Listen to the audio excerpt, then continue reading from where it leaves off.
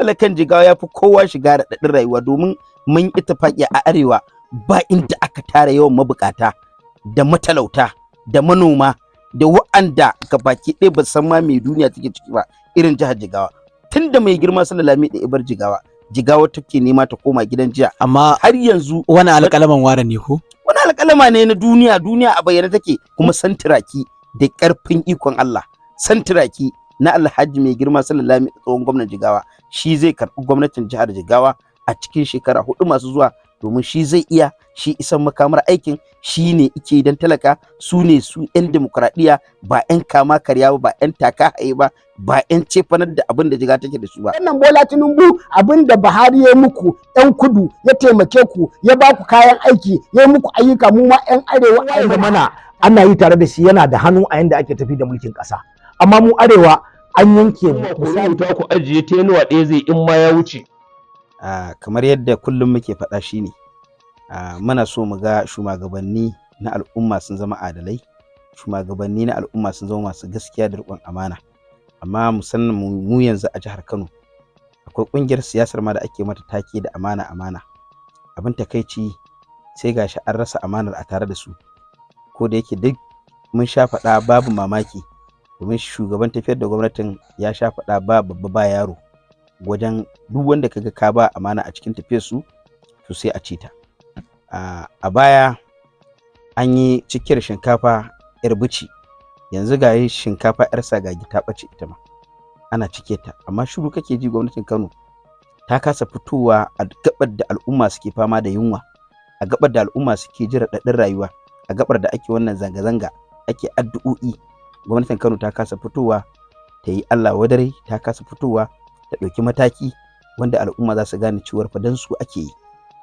Duk da kwanan nan mai girma shugaban ƙasa ya yi magana, jihar Kano naira biliyan 570 aka bata. 570 ɗin nan da aka bata ba duk gwamnan da Kano ya yi a Kano aka ba shi irin wannan kuɗin ba. Kuma mu a bisa zargi da muke mun sha faɗa, muna zargin cewar abin da wannan gwamnatin ta wawura, don mu ba ga wannan aikin ba. Illa iyaka mun ga dai wasu jami'ai da 'ya'yayensu daga mai siyan motar miliyan 550 a cikin yaransu, sai waɗanda za mu ga sun siyi properties wanda ya shiga lissafinsu, sai waɗanda za ka ga sun tafi ƙasashen waje sun je sun kafa kamfani na ganyen shayi ne ko nawa har a Morocco. Amma waro wannan magana kuɗi kar a ce ta tsone muku ido, gwamnatin da ake ganin tun kafuwar ta ma ta yi aikin da sun ninka wannan kuɗin wanda talakawa ne suka bora suka ji dole ta tsone mana ido.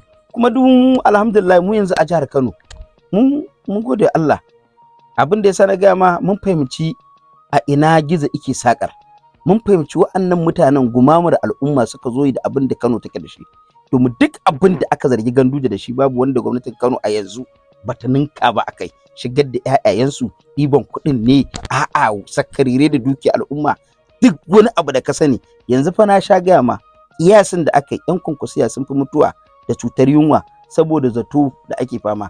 Kuma ni ina gode wa Allah, kamar yadda na gaya ma mun fahimci a yaya Kano take, ko mun fahimci me yake zuwa Kano. 'Yan uwanmu na Jigawa abin sai dai inna lillahi wa inna ilaihi raji'un.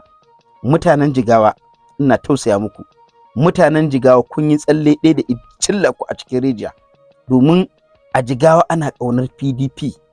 Allah ya taimaki mai girma tsohon gwamnan jihar Jigawa Alhaji Sule Lamido, duk irin taimakon da zai wa ɗan adam, zai wa al'umma, zai wa jiha, Sule Lamido yayi a demokuraɗiyya. Ɗan demokuraɗiyya ne a aikace, ya iya aikin demokuraɗiyya, a kuma kishi ba a kai Sule Lamido kishin jiharsa ba, amma ana ji ana gani ɗansa ya fito. Wannan ɗan mai girma santiraki ba shi ice iya san takara ba, al'umma ne kada wannan alkhairin da mahaifinsa ya ɗauko a je a saki miciji a yayi, a rasa ina za a je a dafa, don gudun kar a faɗa irin halin da ake ciki a yanzu.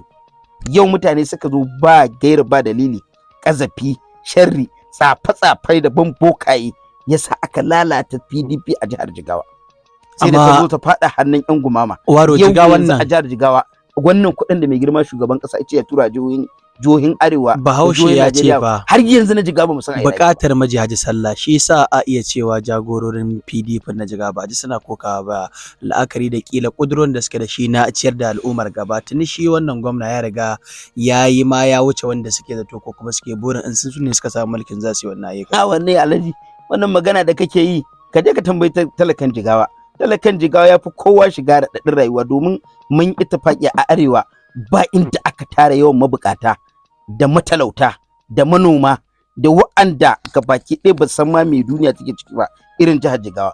Tunda mai girma Lami da Ibar Jigawa, Jigawa take nema ta koma gidan jiya. Amma har yanzu wani alƙalaman ware ne ko? wani alƙalama ne na duniya a bayyane take. Kuma ni na ji daɗi da Alhaji Adamu Indallahi, shugaban ƙungiyar Gobe ta Allah ce, yana nan da ransa ake wannan abin, kuma shugaban ƙungiyar Gobe ta Allah ce Alhaji Adamu Indallahi, yadda ike ƙoƙarin janyo matasa ike wayar da kansu. Kuma mun ga mutumin da ike gudunmuwar da ike ko kuma irin yadda ike bunƙasa harkar tafiyar da jam'iyya, har mu a nan Kano ta shafe mu.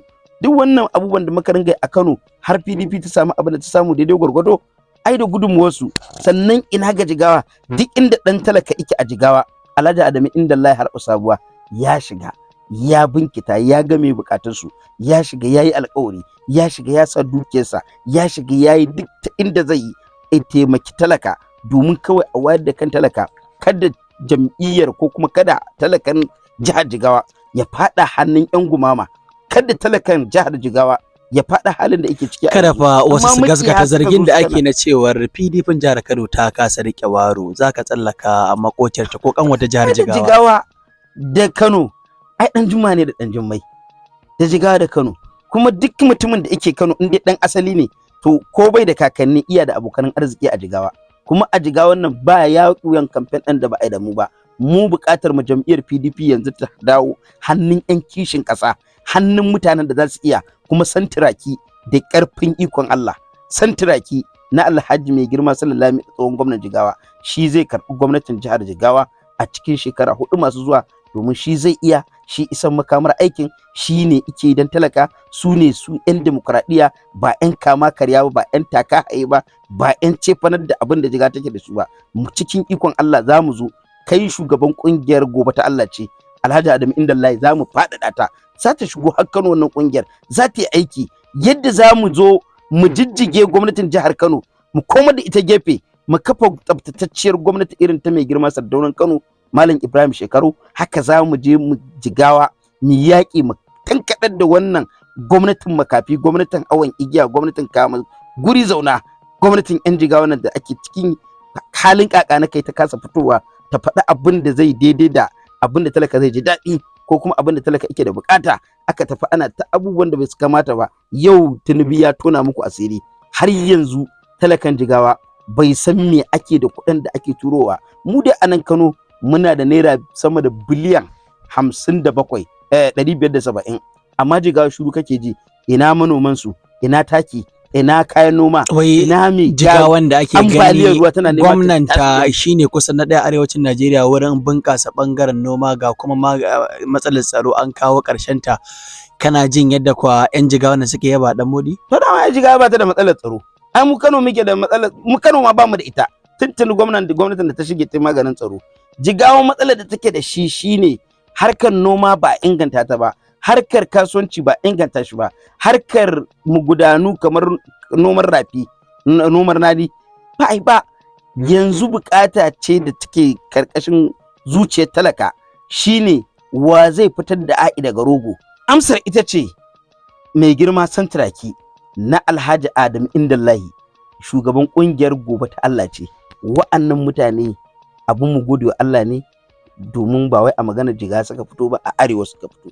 Kuma muna da manufar mu za ta yi daidai da yadda muke kokari. Muna nan muna gina wata umbrella da za mu shiga dukkanin jihohin arewa a Najeriya.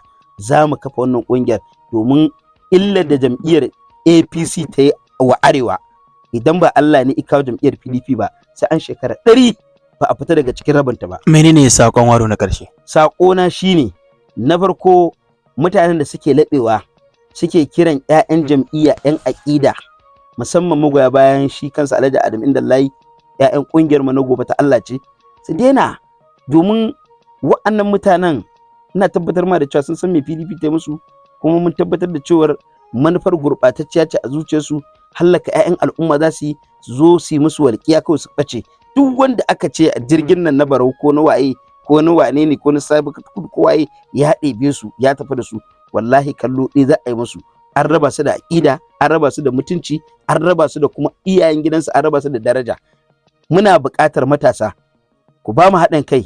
Wannan ƙungiyar tamu gobe ta Allah ce, za ta yi aiki don ceto al'umma daga halin da muke ciki a yanzu. Kuma muna kira ga al'ummar Najeriya, inda gwamnatin APC ta hana mu mu fito mu yi zanga-zanga ta lumana, kuma yin ta zo ta daƙile taron addu'a da za a yi, an haramta. Mu yi tabbata a gidajenmu, mu gaya wa Allah kukanmu. Duk irin alƙunutun da za a yi ta a waje, mita a cikin gidanmu, Allah yana nan a ko'ina kuma zai isar mana. In Allah da jam'iyyar PDP za ta dawo 2027, muna nan muwa muna takarar kakakin jam'iyya a Kano, da yadda Allah mu ne na matasa, mu ne ra'ayin matasa, kuma za mu yi nasara da ikon Allah.